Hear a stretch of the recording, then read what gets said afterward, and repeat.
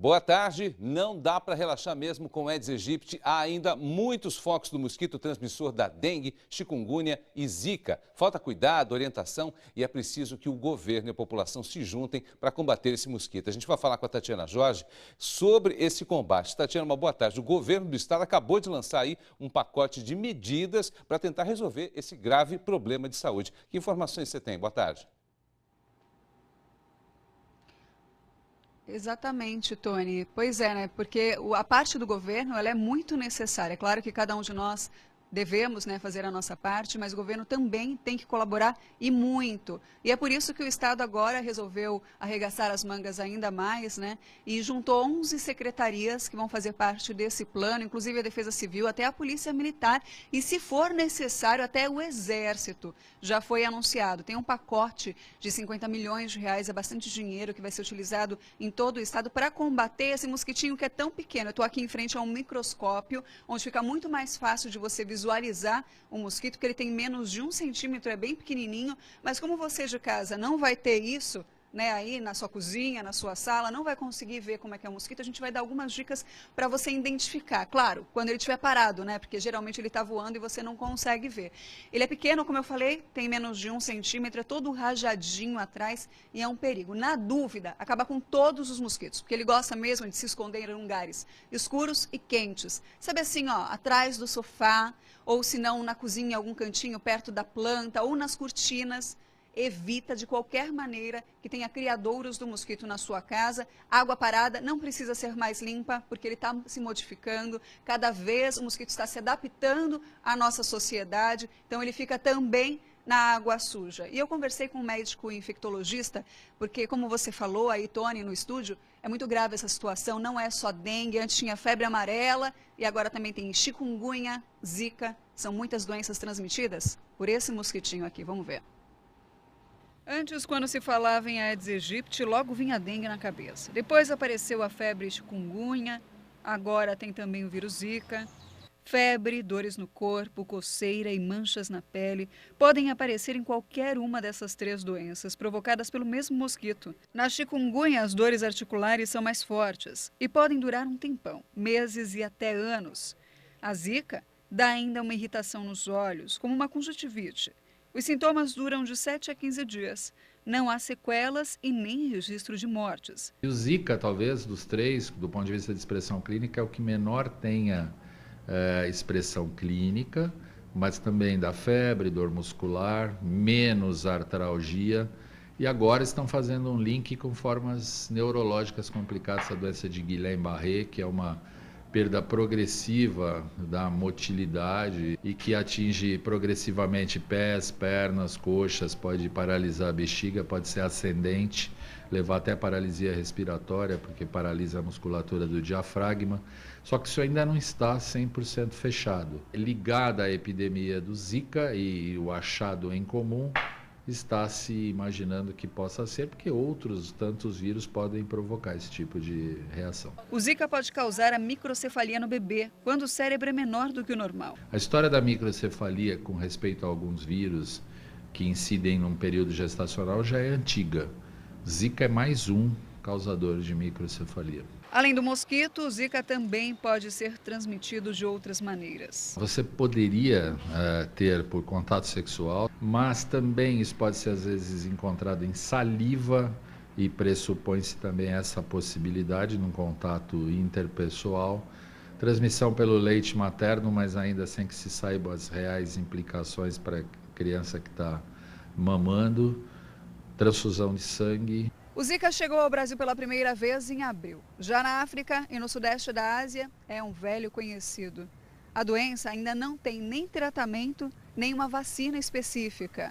O que se sabe é que um único mosquito pode transmitir mais de uma doença. Infelizmente, o Aedes pode transmitir os 3. Não se encontrou ainda um Aedes com os 3 vírus, mas com 2, dengue, chikungunya, dengue e zika, essa possibilidade ela já foi demonstrada. A gente está falando aí de consequências graves, né, para a saúde, sintomas bastante complicados e até de morte. Não dá para brincar. Por isso a gente vai mostrar agora para você de casa, em primeira mão, um estudo, uma pesquisa que está sendo realizada por alunas de biomedicina aqui da Unimonte. É bem interessante. Quem vai explicar é o professor que está orientando aqui, o Luiz Lopes. Ele também é especialista nesse mosquito, especialista em dengue, nas doenças correlacionadas. Vamos explicar um pouquinho, então? Eu vou passar para esse lado, ó, o Fábio.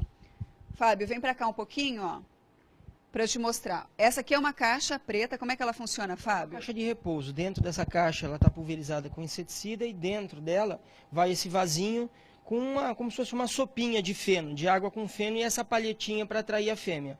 A fêmea quando entra e ela pousa, ela se intoxica com inseticida e acaba morrendo aí dentro. Com isso a gente consegue monitorar qual é o índice de cada uma das casas passivamente, sem fazer nenhum esforço. E depois tem um outro equipamento também aqui, que é um sugador, né, Fábio? Esse sugador é um aspirador de mosquito, que tem aqui uma tela na ponta, onde a gente entra na casa com um espanador de pó, retira os mosquitos dos seus abrigos, suga esses mosquitos. Esses mosquitos vivos vão passar por um tamborzinho de nitrogênio líquido, vão vir para o laboratório para preservar o código genético, o RNA do vírus, que é o que nos interessa, e depois de todas as técnicas ele vem para o PCR, que é a reação de cadeia em polimerase. E aí, aqui a gente descobre se tem algum vírus dentro desse mosquito. Se tiver, é que entra ali o tal do fumacê em ação, que é melhor que as pessoas não queiram esse fumacê dentro de casa, né? Isso aqui é somente usado em caso de transmissão. Hoje a gente usa onde tem os casos humanos da doença. A gente quer mudar essa lógica, ou pelo menos ser uma lógica acessória a essa. E a gente vai combater o mosquito onde ele esteja infectado e não ainda tenham os casos humanos. Tem muita gente que fala assim, fumacê na minha época, quando eu era criança, tal, passava pela rua, mas é perigoso, é veneno. Não, além de veneno, ele promove a resistência, ele seleciona aqueles mosquitos que são mais fortes. Então, essa técnica é somente usada em casos extremos. Se a gente tiver números muito baixos de transmissão, o ideal é que a gente nem use. Ou seja, quando as pessoas recebem o fumacê, né, falando genericamente em casa, não é um bom sinal, é sinal que está tendo transmissão na sua região. Agora, aquelas dicas em relação ao inseticida, eu não sabia disso, né? O Fábio que estava me explicando aqui. Se você jogar um inseticida quando o mosquito está parado, na verdade ele vai sair voando e não vai ser contaminado por esse veneno? Sim, o ideal é que a gente espante o mosquito, como ele faz aqueles voos circulares, a gente rapidamente percebe o padrão de voo dele e faz uma névoa com inseticida em volta dele. O que atrai o inseticida para o mosquito é o movimento das asas, que funciona como uma hélice de ventilador girando ao contrário. É o princípio do sugador, é o mesmo princípio. Aí essa gota que vai estar viajando no ar, que é muito leve, vem para o corpo do mosquito e intoxica ele e ele morre. Então o ideal é estar também com inseticida e com espanador, né? Espantou o mosquito... Ou vai na franja da cortina, espana a cortina, ou passa a mão debaixo da mesa. Quando o mosquito sai, a gente vê o padrão de voo dele e aplica o inseticida com uma névoa em volta dele, nunca diretamente dele. Bom, a gente já está craque agora em como combater o mosquito. E repelente, funciona, não funciona? Tem um monte de gente, principalmente as grávidas, né, por conta do vírus Zika agora, comprando, usando. Adianta mesmo? Médicos e pesquisadores têm indicado alguns princípios ativos que são menos prejudiciais à saúde, mas a gente há de convir duas coisas. Primeiro, que o repelente é uma medida paliativa. Ele vai evitar, mas se tiver uma grande quantidade de fêmeas precisando de sangue, ela vai picar mesmo com o repelente. E que esse repelente, progressivamente, com o suor, com o sol, com água de chuva, ele vai diminuindo o seu princípio ativo e aí a pessoa fica apta a ser picada novamente. É paliativo. Fábio, a gente falou aí, né, do governo do estado que está se reunindo para fazer uma ação ainda mais efetiva, talvez até o Exército possa entrar nessa jogada, agora a Polícia Militar também vai ajudar, mas a gente tem que fazer a nossa parte, né? Além do governo, a gente também. Sim, além da visita do agente na casa ter extrema qualidade, o munícipe não pode esperar a visita, seja da polícia militar, do exército, do agente de saúde, do agente de estratégia da família. Ele não pode esperar a visita do agente para iniciar todas aquelas ações dentro da casa. Então, que uma vez por semana ele consiga vistoriar sua calha, sua caixa d'água. Se ele mantiver a caixa d'água vedada com aquele ladrão da caixa d'água fechado com uma telinha, ela já está inapta para a atividade do mosquito. E evitar esses tipos de criadouro que são removíveis, pneu, brinquedo velho, lâmpada quebrada, pote, lata, frasco, garrafa, tambor, retirar tudo isso do seu quintal e de preferência furar esses criadouros, porque aí eles não vão ser criadouros em outro local. Fábio, muito obrigada, viu, pelas suas orientações. Pois é, a gente escuta isso todos os dias, a gente fala aqui na TV Tribuna também todas essas orientações. O importante agora é colocar em prática, né, Tony, para salvar as nossas vidas.